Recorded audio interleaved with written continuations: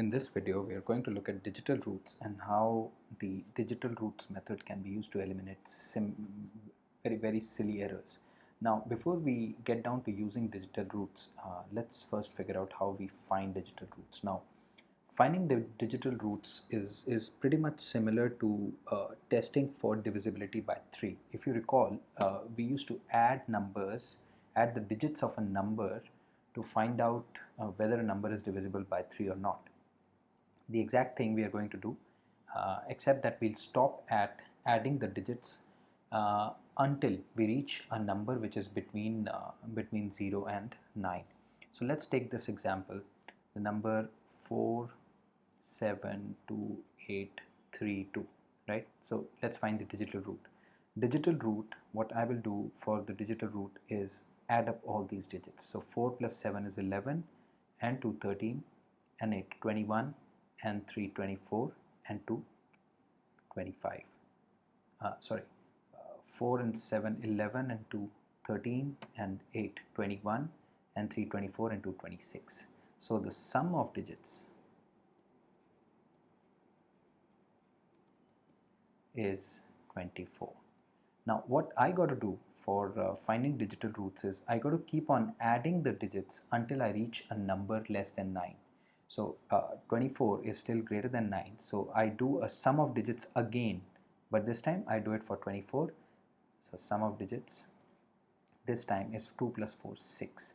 So the digital root of 472,832 is 6. Okay, so this is the digital root of this number.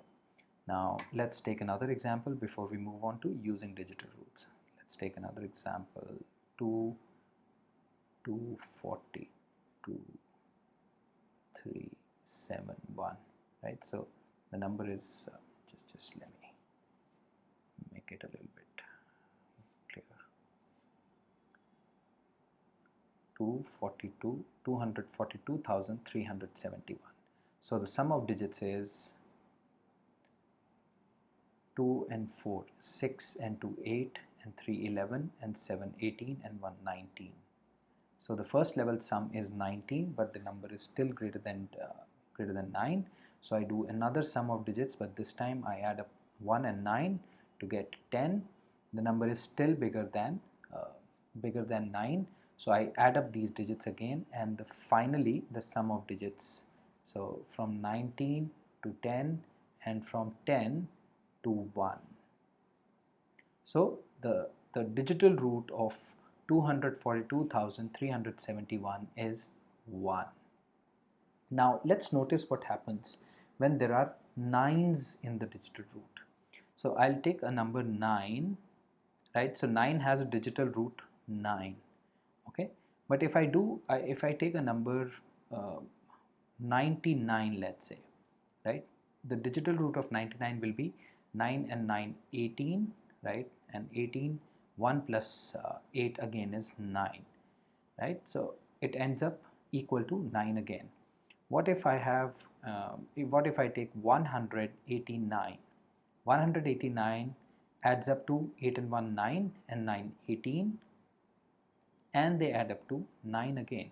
So I notice that if there are 9s in the digits, right, or if there are numbers which add up to 9, right, they are not really impacting my digital root. Let's try and understand this by another example. So let's say there is a number 182. So let's see.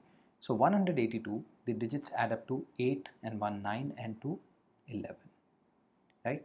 11, 1 and 1 adds up to 2.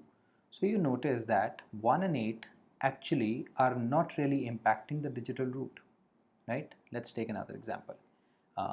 Let's say 7298, right? Let's look at this number.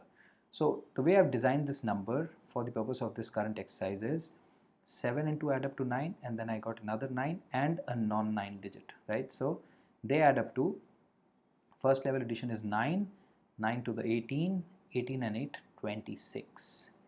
Add 2 and 6 again, you get 8. So in calculating digital roots, what I can safely do is I can pick out all those numbers which add up to 9, right? And I can just simply ignore them.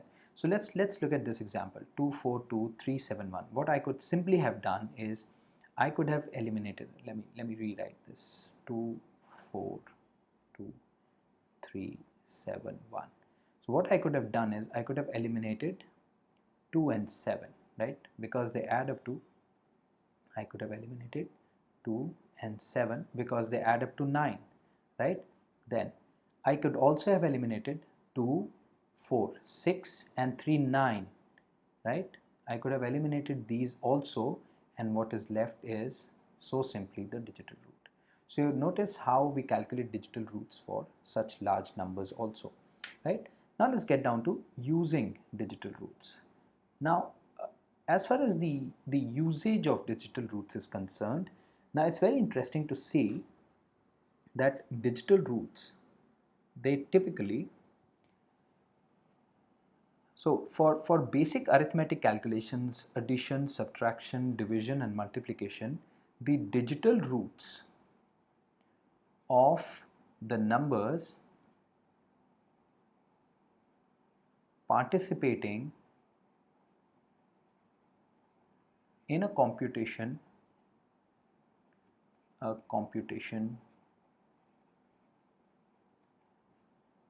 right? If I do the same arithmetic on the digital roots, the answer's digital root will be, digital root of the answer will be the same, right? So I'll take an example. I'll take the example of addition.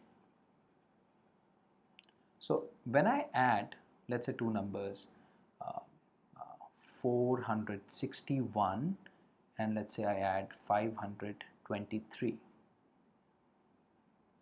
right? The answer is 1 and 3 4, 2 and 6 8, 4 and 5 9, right? Let me do the digital roots of both of these. So 4 and 6 10 and 1 11, right? So 11 and 11 is 1 and 1, so the digital root of 461 is 2.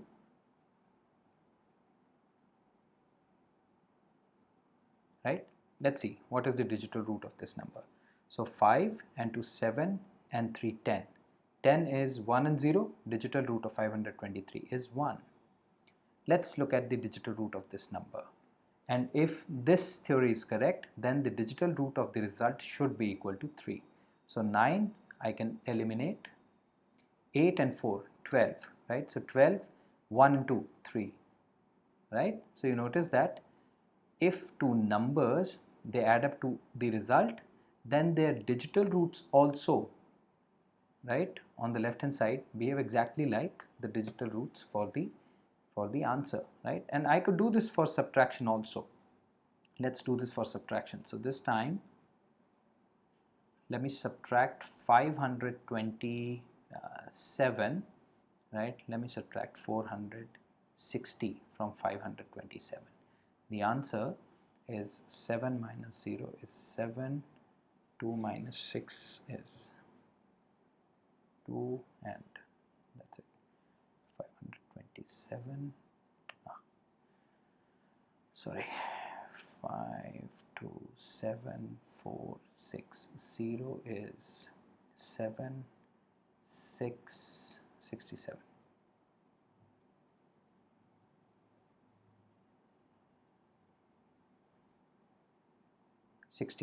Right? So let's do the digital root of 527.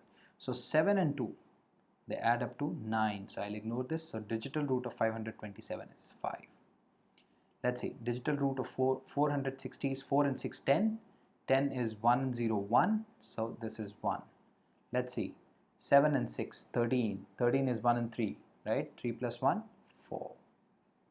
So digital roots again are able to give me at least some kind of idea whether my result is, so some kind of sanity check is given by digital roots, right?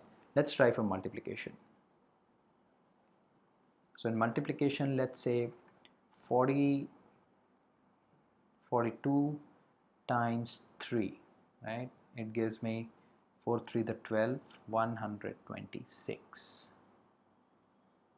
So let's do the digital roots. 4 into 6, 3 is 3, right? So their product is 6 3 the 18. So the product of digital roots is 18, right? And 8 and 1, 9. So ultimately the digital root on the left hand side is 9. Let's look at digital roots of the right hand side. So it's 1 into 3 and 6, 9, right? So we notice that this works for multiplication also, and this should work for division also. Now in division, let's look at the possibility that there is a number, let's say 42, right, which when divided by, let's say 5, gives me 8 as quotient and 2 as remainder. So let me write 42 as the sum of 5 times 8 and the remainder 2. Let's look at the digital roots in this case. So this is 6, digital root of 42. Digital root of 5, and 5 is 5, digital root of 8 is 8, 8 5 the 40, digital root of this product is 4, right? Let's look at digital root of this number, it's 2, right? So again we notice that left hand side for the digital roots equals the right hand side for the digital roots, right? So digital roots, now mind you, what is very important to remember is that the verification done using digital roots will not result in a sure shot confirmation that the answer is right, okay? However, if the answer is wrong, chances are that you will find it using digital roots.